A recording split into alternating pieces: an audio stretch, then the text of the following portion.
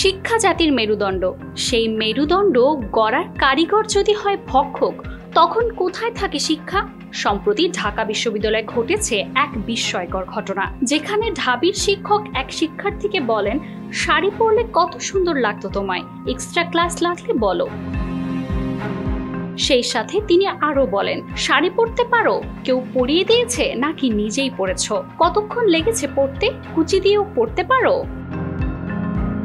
এই কথাগুলো কোনো বন্ধু বা বয়ফ্রেন্ড তার বান্ধবী বা গার্লফ্রেন্ডকে বলছে না।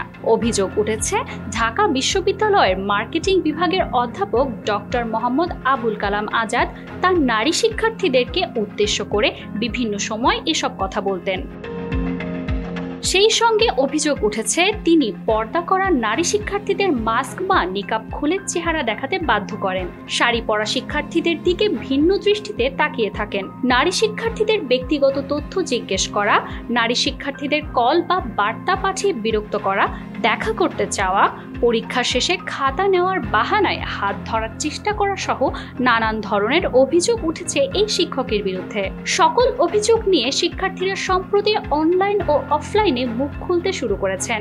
শিক্ষার্থীদের অনেকেই তাকে বিশ্ববিদ্যালয় প্রশাসনের কাছে অবিলম্বে বরখাস্তের দাবি জানিয়েছেন।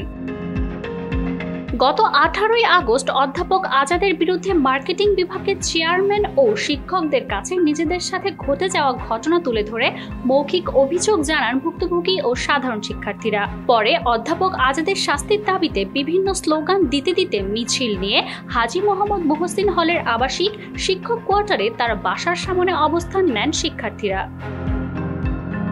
অধ্যাপক ডক্টর মোহাম্মদ আবুল কালাম আজাদের বিরুদ্ধে ছাত্রছাত্রীরা বলেন, আজাদ স্যার ক্লাসে পর্দা করা মেয়েদের মাস্ক বা নেকাব খুলে চেহারা দেখাতে বাধ্য করেন।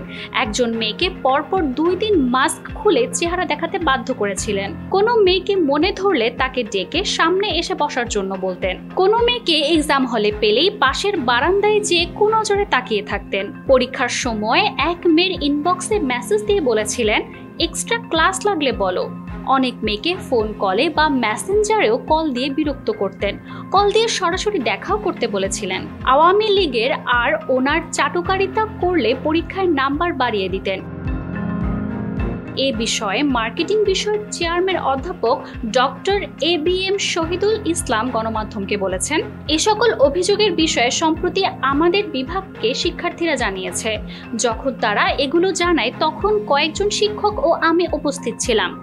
আমরা তাদেরকে বলেছি, তোমরা লিখিত অভিযোগ দিলে আমরা তা একাডেমিক কমিটিতে উত্থাপন করতে পারবো। তখন আলোচনা ও সংশ্লিষ্ট সকলের মতামতের ভিত্তিতে ব্যবস্থা গ্রহণের দিকে যাওয়া যাবে। এটা বিশ্ববিদ্যালয় প্রশাসন দেখবে। আমাদের দায়িত্ব হলো বিভাগের সকল শিক্ষককে নিয়ে বিষয়টি ভালোভাবে দেখে বিবেচনা করে প্রয়োজনীয় পদক্ষেপের জন্য ঊর্ধ্বতন কর্তৃপক্ষকে জানানো। মাজুমা আফরোজ নীলিমা, নিউজ নাও 24।